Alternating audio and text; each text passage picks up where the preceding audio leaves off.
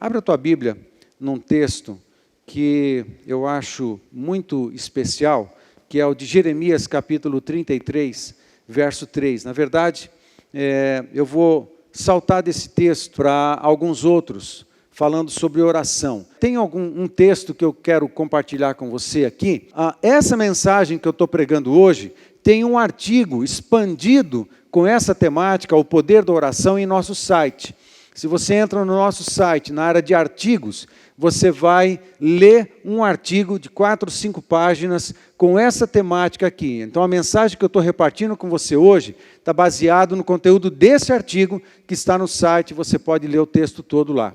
E eu quero falar sobre o poder da oração. E, baseado em Jeremias 33, verso 3, e em vários outros textos, baseado em Jeremias capítulo 33, como disse, e em vários outros textos, eu quero responder uma pergunta muito simples: por que orar? E tenho 3 respostas para dar para você do porquê orar, e com isso a gente vai passear por alguns textos, e na esperança de que a palavra de Deus fale ao nosso coração, e anime a cada um de nós mais ainda a oração, porque há um poder maravilhoso, sobrenatural na oração. Nós somos chamados a orar. O texto de Jeremias 33, 3 diz assim: invoca-me e te responderei, anunciar-te-ei coisas grandes e ocultas que não sabes.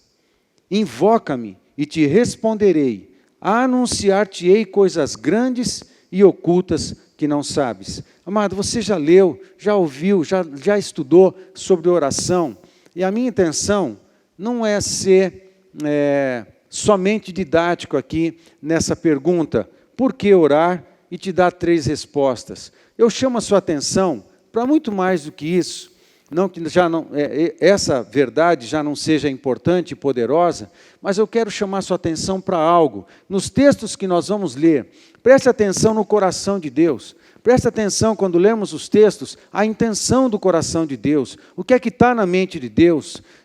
Isso sempre me fascina quando eu leio a palavra de Deus, porque quando Deus se dá a conhecer nesses textos, é uma coisa maravilhosa. E isso para mim me abençoa tanto, eu saber que o coração de Deus está inclinado a nós, que a mente do Senhor está inclinado a nós, o Senhor tem pensamentos a nosso respeito, os olhos do Senhor estão voltados para os seus filhos. Isso, amado, é de um valor, de um poder, de uma importância que não dá para mensurar o tamanho. E eu quero convidar você a prestar atenção nesses textos e como Deus se dá a conhecer e revela o que é que tem no seu coração quando Ele nos chama a orar.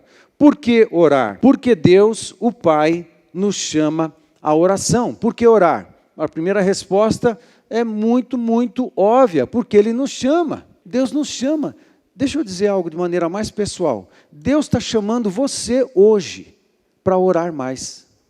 Deus está chamando você hoje para entrar em novos níveis de oração.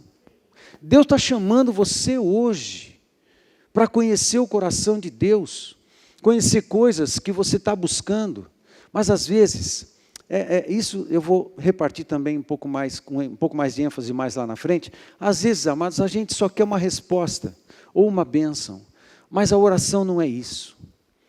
A oração, a bênção da oração, o poder da oração, a maravilha da oração, a sublimidade da oração é quando a gente encontra Deus. Às vezes a gente corre o risco de, nas nossas orações, a gente buscar a presença de Deus somente para passar a nossa lista de necessidades. É como se o chefe do almoxarifado estivesse lá dentro, eu botasse a minha lista no balcão e falasse assim: olha, dá uma olhada aí, eu estou precisando de tudo isso. Curiosamente, graciosamente, Deus ainda assim ouve muitas das nossas orações, mas o segredo não é apenas expor a Deus as nossas necessidades, clamar a Deus, invocar a Deus. O segredo é quando no exercício da oração a gente acha Deus, a pessoa de Deus. Esse é o grande segredo da oração vitoriosa, esse é o grande segredo da oração poderosa, esse é o grande segredo de uma oração que move os céus, move a terra, move o inferno, move pessoas, move o sistema e faz as coisas acontecerem. Não é quando você passa um pedido para Deus, é quando você encontra Deus na oração. Aí ele participa da gente, dos motivos.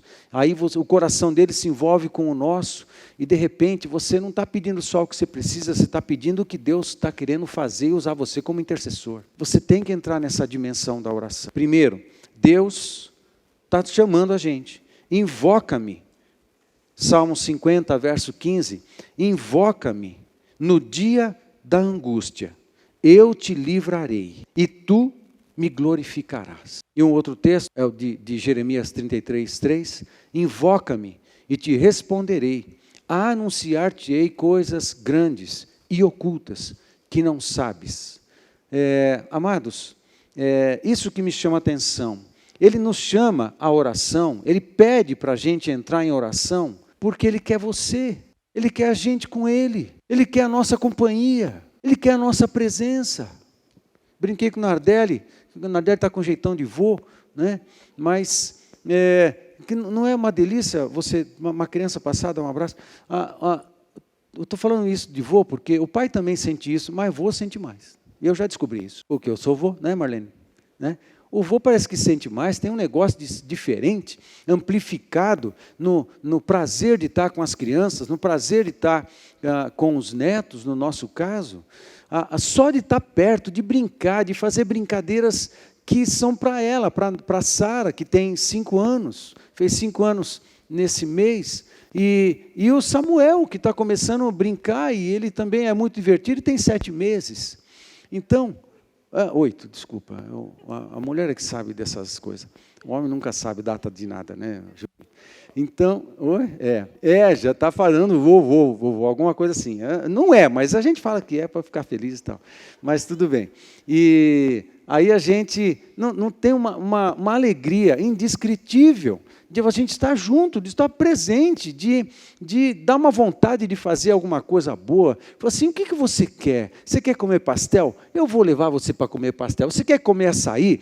Vamos comer açaí, eu como também um açaí com você. Vamos sair para fazer alguma coisa. A Sara, com 5 anos, ela gosta de comida japonesa. Yakisoba é japonês ou chinês? Chinês, né? É isso aí. Yakisoba, ela gosta de yakisoba. Quer deixar ela feliz? Fala, vamos comer yakisoba. Ela fica felizona da vida. Vamos comer yakisoba. Olha que coisa, né? Mas a gente tem uma alegria de ver um sorriso no rostinho dela, de fazer o que ela quer, de agradar o coraçãozinho dela ficar feliz. Tem um negócio, né? O amor parece que transborda. A gente só quer estar junto, a gente está junto. Quando a gente consegue umas folgas, vamos para Londrina. A gente ajuda, a gente está perto, mas só de estar junto, parece que o coração da gente é bombado de alegria, é bombado de paz, é bombado de satisfação. Então a gente só está junto. Pai do céu, Deus está chamando você para estar com Ele mais tempo. Deus tem muita alegria de ter você na presença dEle, para brincar, para chorar, e até quando você está angustiado, olha só que coisa é essa. Até quando a gente está angustiado, Deus vem, me busca na sua angústia, eu quero você comigo quando você está feliz, eu quero você comigo quando você está satisfeito, de barriga cheia, eu quero você comigo quando você está cheio de carência, cheio de necessidades, eu quero você comigo quando a tua alma está ferida e está machucada, ou quando você está cheio de angústia, eu quero você comigo, a minha presença vai cuidar de você, vai tocar em você, vai abençoar você, é só estar presente. O segredo é estar na presença. Esse é o segredo. Agora é impressionante como Deus externa isso, Deus revela isso. Invoca-me no dia da angústia, eu te livrarei. Olha que coisa impressionante, Deus já está dizendo o que vai fazer. Deus já está dizendo o que vai fazer. Qual é a sua necessidade? Qual é a sua angústia? Deus já está dizendo o que vai fazer, já está dando a letra antes de tudo. Pode procurar, pode colocar a sua angústia diante dEle. Eu te livrarei e tu me glorificarás. Olha a mudança de angústia para glorificação. Percebe a diferença? Percebe que há uma distância? Entre o momento, a angústia, um coração angustiado, uma mente angustiada, uma vida angustiada, e o momento em que você está saltando de alegria, de adoração, praticando adoração e glorificando a Deus pela sua grandeza, pela sua bondade, pela sua beleza, por tudo que Deus é e por tudo que Deus te ama. Amém? Dá para perceber a diferença? Angústia, festa. Deus, num texto tão pequeno, Ele já dá a letra toda, Ele já diz o que vai fazer e já diz como você vai estar no final. Quanto tempo vai demorar entre uma coisa e outra, eu não sei te dizer. Eu queria que fosse imediato, mas eu não posso dizer isso, porque alguns processos demoram um pouquinho mais. Mas não importa, você já sabe qual vai ser o final. Se for num dia só, se for numa semana, num mês, não importa, o final vai ser de festa. E Deus está dando a letra toda, Deus já está falando, me busca. Eu vou te livrar e você ainda vai me glorificar, e a gente vai fazer festa junto, a gente vai celebrar junto. Invoca-me e te responderei. Amados, aí que está, não vai atrás só da resposta. O segredo é estar com Deus. A presença dEle é reveladora sempre. Nós já temos respostas da parte de Deus só quando a gente está pertinho dEle. A nossa alma já é acariciada, abençoada, o nosso coração já é bombado de fé, só por estar perto. A ambiência da presença de Deus é poderosa em si. A ambiência da presença de Deus é curadora em si. A ambiência da presença de Deus é libertadora em si. A presença de Deus é poderosa. Invoca-me e te responderei. Eu vou te mostrar coisas, anunciar-te-ei coisas grandes e ocultas que não sabes.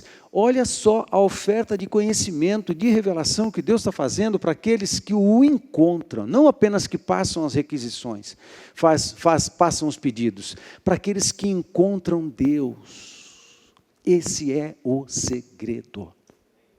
Encontrei Deus, busquei Deus e o achei. E quando achei, tenho tudo, recebi tudo, estou provido de tudo, porque eu achei Deus na minha busca. Então, a primeira resposta, por que orar? Porque Deus, o Pai, nos chama à oração. Ele nos chama para estar com Ele. A segunda resposta, porque Deus, o Filho, nos urge à oração. É mais do que convidar. Urge tem a ideia de pressa, tem a ideia de urgência, tem a ideia de importância, tem a ideia de emergência. Urge, porque Deus, o Filho, nos urge à oração. Não é opcional para aqueles que são do reino de Deus. Não é opcional para aqueles que são filhos de Deus.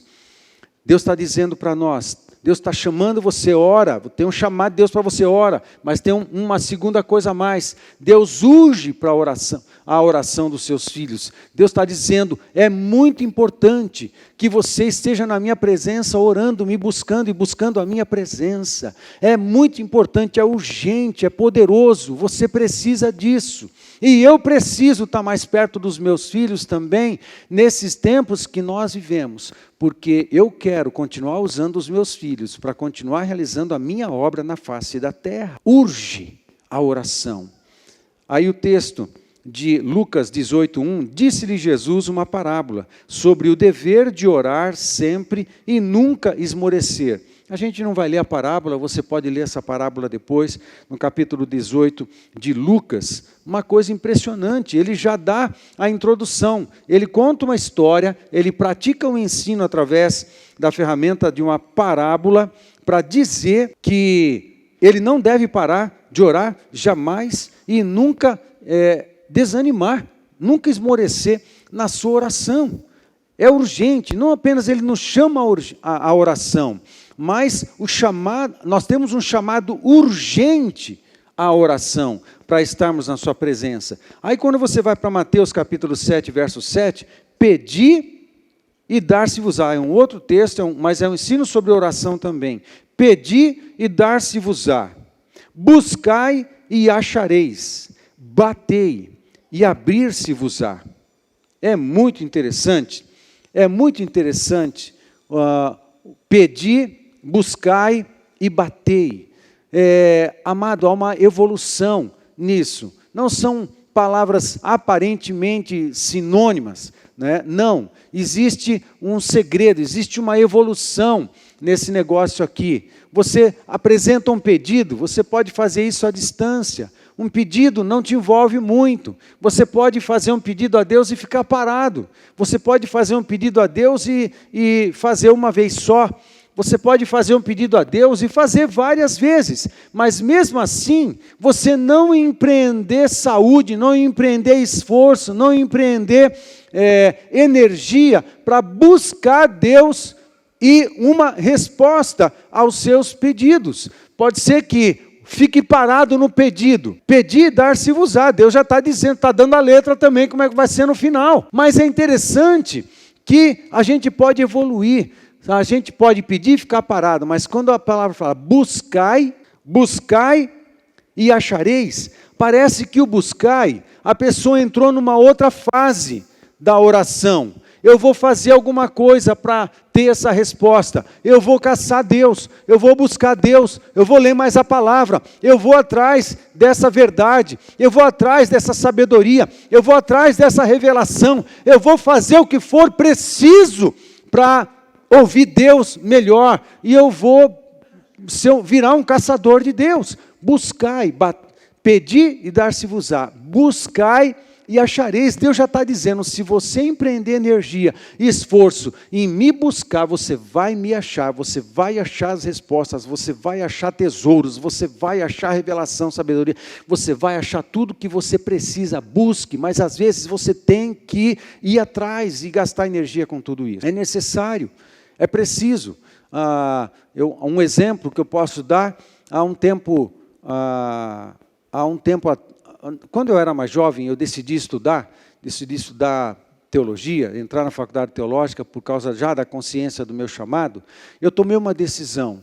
Eu ia para a escola sim, eu ia para a faculdade teológica sim, mas eu tomei uma decisão de passar a investir em livros, investir em conhecimento. E eu abria mão de comprar muitas coisas para mim, para comprar livro. Eu comprava livro todos os meses e me esforçava por ler também o máximo que eu podia. Foi algo que eu precisava fazer, eu decidi fazer. Uma coisa é você sentar no banco da escola, ouvir algumas coisas, fazer a prova no final, né, e passar no final do ano, entregar um trabalho e conseguir nota com o trabalho. Outra coisa é você ir atrás do conhecimento, você ficar fissurado pelo saber, fissurado pelo entender, fissurado por conhecer, e você investir nisso, e gastar tempo de biblioteca, uma exigência de uma determinada matéria. Você precisa, na minha matéria para esse semestre, de 50 horas de biblioteca no semestre inteiro. Ou menos, 40, 30 horas de biblioteca no semestre inteiro. Eu entregava 60. Faz a diferença. Eu quero mais. Eu quero entender. Eu quero conhecer. Então eu fui atrás disso. Recentemente, um outro testemunho também pessoal. Eu não tenho problema de abrir meu coração com você. Você sabe que várias vezes já disse que nós passamos por enfermidades emocionais. Há muitos anos atrás, passamos por depressão e tal. Estou de alta do médico já faz muitos anos, mas a gente tem que se cuidar sempre. Mas, periodicamente, a gente passa por uma certa gangorra, e às vezes a gangorra está embaixo. E às vezes a gente, alguns se identificam comigo nisso aqui, porque sabem o que eu estou dizendo. Às vezes a gangorra está embaixo, e a tua saúde emocional, ela está fragilizada ao ponto de ela ser limitante. Eu fico limitado em várias coisas porque me falta combustível emocional para realizar algumas coisas. Há alguns meses atrás, há algum tempo atrás, ainda administrando essas oscilações de saúde emocional, conversando com a pastora, e em casa, e orando, buscando a Deus, eu falei assim, eu cansei desse negócio. Eu estou cansado dessas oscilações. Eu preciso achar as chaves, preciso achar respostas, eu preciso buscar Deus diferente, eu estou cansado dessas oscilações, eu vou para as cabeças nesse negócio. E eu comecei a separar todo um conjunto de literatura, um conjunto de livros na minha própria biblioteca e outros mais a respeito desse assunto. Comecei a buscar conversar com pessoas a respeito desse assunto, e é exatamente isso. E, no momento, eu estou fazendo um curso, talvez alguns conheçam aqui, autorizados, evidentemente, pelos nossos pastores, pastor Davi, pastor Luiz, um curso chamado Celebrando a Restauração. Celebrando Restauração, quem conhece? Celebrando Restauração. É um curso que tem a duração de praticamente um ano, quase um ano, porque vai acabar só no mês de novembro. E ele é mais ou menos no modelo da Universidade da Família, que você tem reuniões, tem um livro que você vai caminhando, e você tem um grupo de compartilhamento, e nesse ambiente você vai compartilhando o coração e vai crescendo no curso. E, diante disso, é um curso que foi organizado nos Estados Unidos, Celebrando Restauração, nos Estados Unidos, pela igreja, por Rick Warren. Rick Warren é da igreja de Saddleback. Na década de 90, ela era a igreja, uma das igrejas que mais cresceu no mundo, e Deus deu uma graça sobrenatural para muitos pastores dessa igreja, nos Estados Unidos, para produzir conteúdo para abençoar as igrejas do mundo. No Brasil, há muitas igrejas que usam as estratégias de rede ministerial, que usam as estratégias da igreja de Saddleback, do pastor Rick Warren. Alguém já lembra daquele livro, conhece? Uma Vida com Propósito, ou Uma Igreja com Propósito? É o autor desse livro aí. E esse programa de cura e restauração abençoou tanto a igreja, que as igrejas espalhadas pelo mundo começaram a utilizar esse material.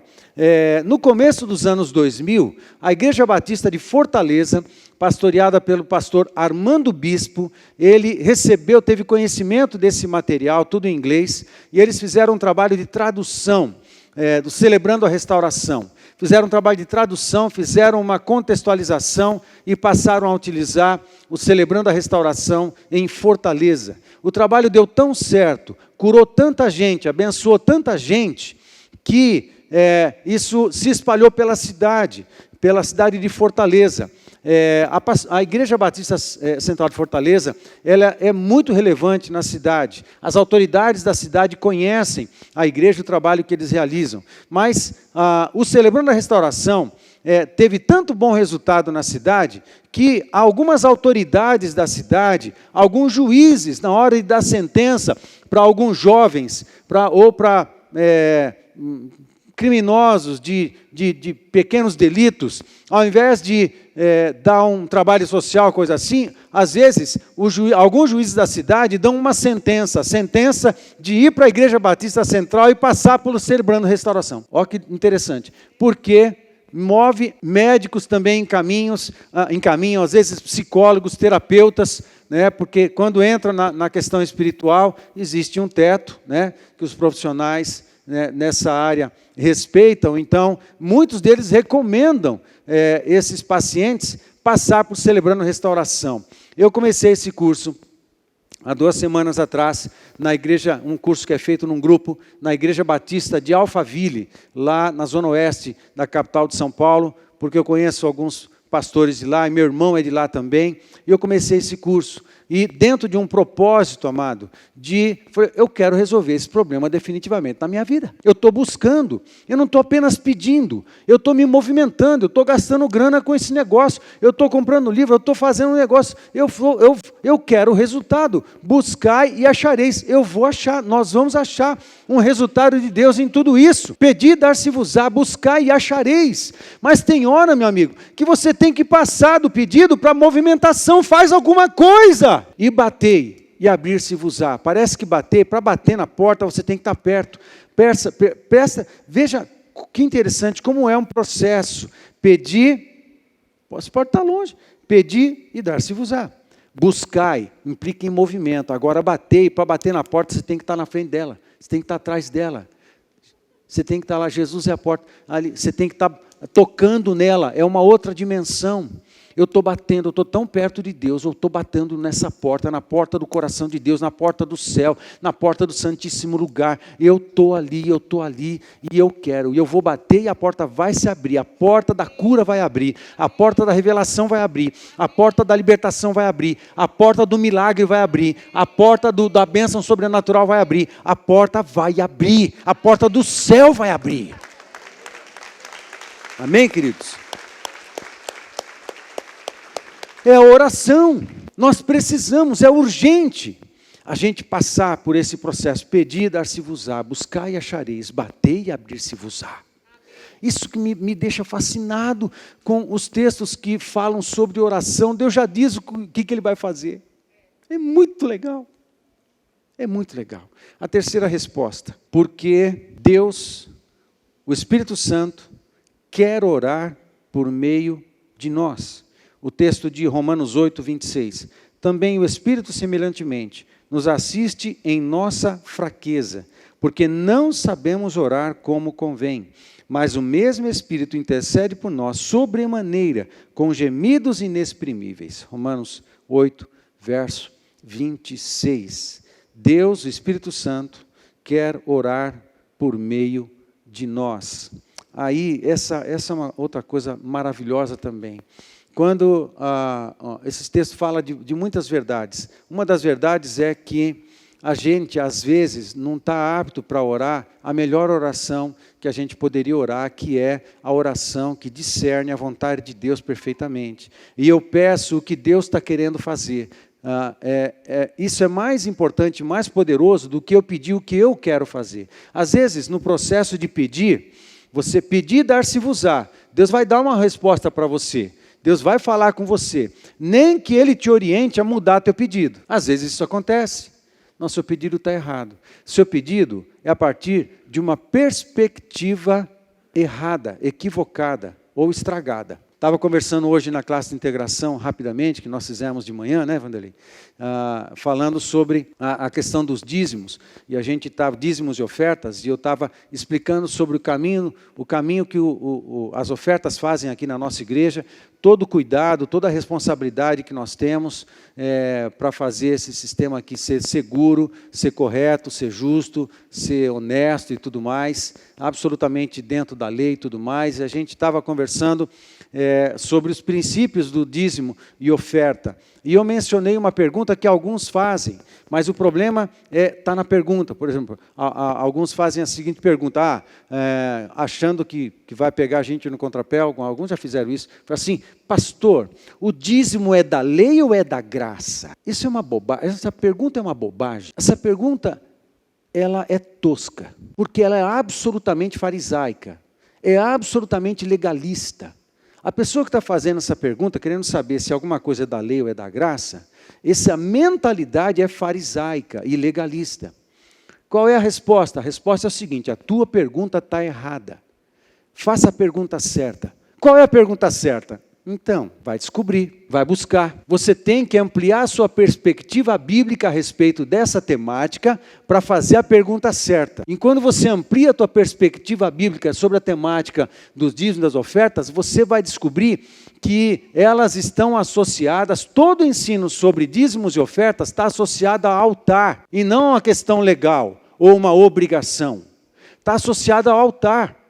Porque a entrega de dízimos e ofertas vem acontecendo desde o Éden. Caim e Abel brigaram por causa de um lance de oferta.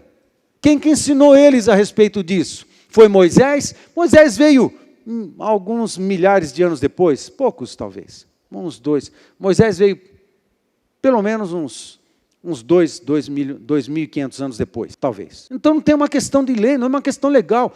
Você aumenta a sua perspectiva e você descobre que a questão de ofertar ao Senhor, de dar ao Senhor, tem a ver com o altar, tem a ver com o princípio espiritual que Ele deixou revelado para a primeira família que Ele criou, com Adão e com Eva, e que você observa isso acontecendo nos seus descendentes até Noé. Noé levanta altar e faz ofertas ao Senhor. Quando chega em Abraão, Abraão faz a mesma coisa, ofertas. Abraão faz muitos altares na sua vida e faz ofertas constantemente. Ele ensina Isaac a fazer isso, que ensina Jacó a fazer isso, que ensina todos os seus demais filhos a fazerem isso.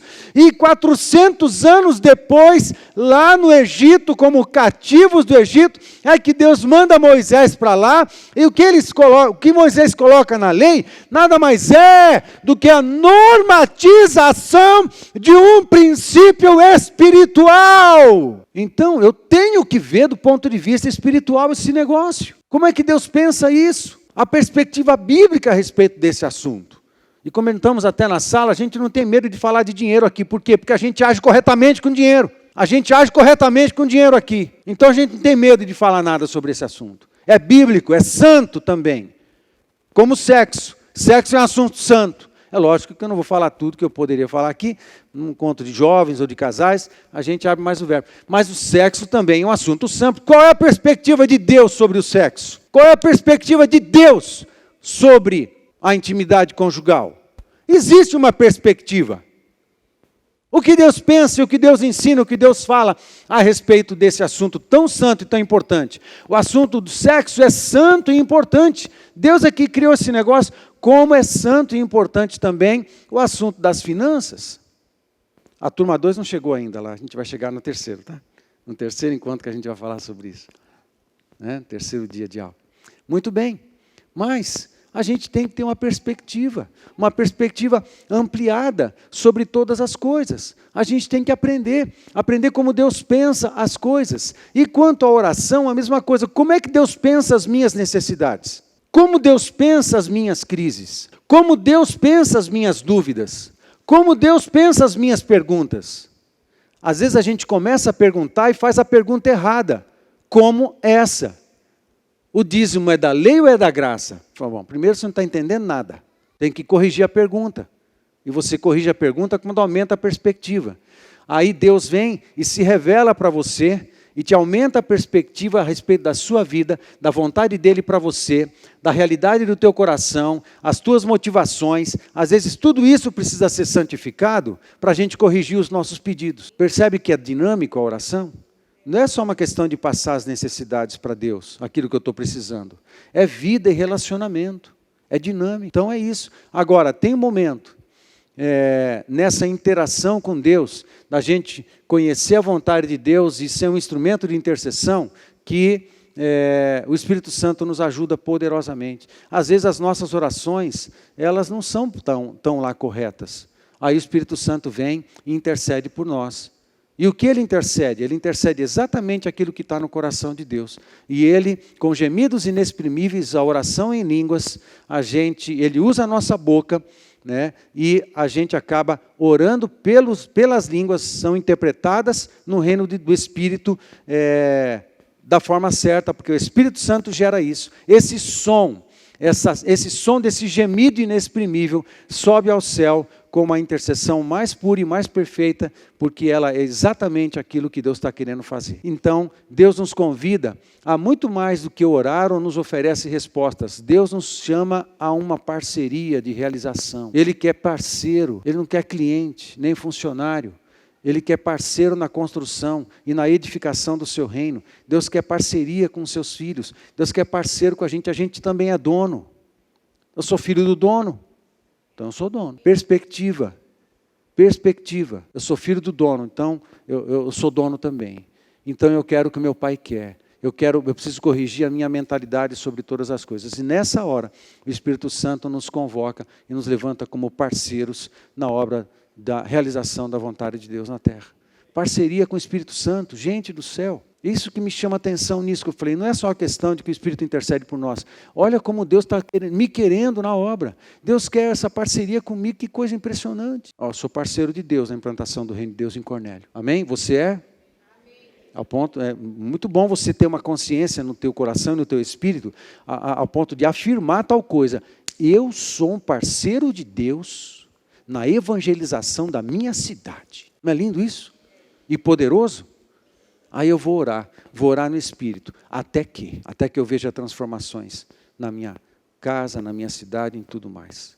E porque Deus quer ser achado. Jeremias capítulo 29 é uma das coisas mais espetaculares, um dos textos mais lindos que eu acho, particularmente, um dos textos mais lindos do Antigo Testamento, é esse de Jeremias capítulo 29. Eu vou ler nos versos de 11 a 14, que diz assim: eu é que sei, Deus, de novo, presta atenção no coração de Deus e na mente de Deus, nas intenções de Deus. Eu é que sei que pensamentos tenho a vosso respeito, diz o Senhor, pensamentos de paz e não de mal, para vos dar o fim que desejais. É o vovô querendo dar açaí para o neto. É o vovô querendo comprar pastel para o netinho. O que é que te faz feliz? Eu quero fazer isso com você. Que coisa linda do nosso Deus. Como nosso Deus é lindo. Como nosso Deus é bom. Como nosso Deus é legal. É demais. Então, me invocareis, passareis a orar a mim, e eu vos ouvirei. Já está dando a letra também. Buscar-me-eis, implica em movimento, implica em esforço, implica em decisão, implica em investimento. Amém? Buscar-me-eis e me achareis. Quando, não é em todas as situações, quando me buscardes de todo o vosso coração. Deus é intenso. É só pensar em Jesus e na cruz do Calvário. Deus foi intenso. Ele espera isso da gente também, que a gente o busque com intensidade. Não só para ter bênçãos ou respostas, mas ter Ele. Ele é o nosso tesouro. Ele é o nosso bem maior. Ele é a fonte. Ele é o nosso alvo. Nosso foco está nele. Mais do que as bênçãos que Ele pode distribuir. Ele distribui mesmo assim. Amém, queridos? Quando me buscardes de todo o vosso coração, serei achado de vós. Olha o que Deus está dizendo. Eu quero ser achado. Me busca, que eu vou me dar a conhecer. Me busca, que eu vou me permitir ser achado. Eu serei achado de vós, diz o Senhor, e farei mudar a vossa sorte. Congregar-vos-ei de todas as nações e de todos os lugares para onde vos lancei, diz o Senhor, e tornarei a trazer-vos ao lugar de onde vos mandei para o exílio. Esse texto, Jeremias está falando isso, escrevendo e falando, ouvindo e compartilhando profeticamente essas verdades com o povo, exatamente no início do cativeiro babilônico. Jerusalém estava totalmente destruída até esse momento aqui. Jerusalém estava sendo destruída por Nabucodonosor, muita gente tinha morrido, muitos líderes já tinham morrido, talvez Daniel e seus amigos já estavam em viagem para a capital da Babilônia, muita destruição, o templo estava sendo destruído, era preciso dar um fim à Arca da Aliança, não se sabe exatamente para onde ela foi parar. Havia caos, muita gente morta, e escombros da cidade espalhados para todo lugar. E um pouco mais à frente, nos capítulos que seguem, lá pelo capítulo 33, Jeremias está preso no pátio da cidade de Jerusalém, preso, e está em crise também. Mas aí, no meio dessa situação toda horrível, de angústia, de guerra, de destruição, de perseguição, Deus vem e se revela desse jeito para o profeta e manda dizer ao povo que a vontade dele para o povo é boa, apesar de estar sendo necessário passar o povo por cativeiro, porque o povo pecou, não queria mais voltar para Deus, não queria mais se arrepender dos seus pecados, não queria adorar unicamente o Deus, estava misturando com idolatria a sua espiritualidade, estava aprontando, estava fazendo um monte de coisa errada, aí Deus precisa castigar, Deus veio avisando, Deus veio avisando, Isaías avisa, dos capítulos 1 ao 39 de Isaías, é um chamado ao arrependimento do povo para que eles não entrassem nem no cativeiro assírio, nem no cativeiro babilônico. Há centenas de anos Deus vem avisando o povo para que eles não entrassem em cativeiro, para que eles se arrependessem dos seus pecados. E Jeremias está pregando 20 anos antes do cativeiro babilônico e 20 anos dentro do cativeiro babilônico. Jeremias pregou 40 anos no seu ofício profético e ninguém se arrependeu. Que barra pesada. Ninguém se arrependeu.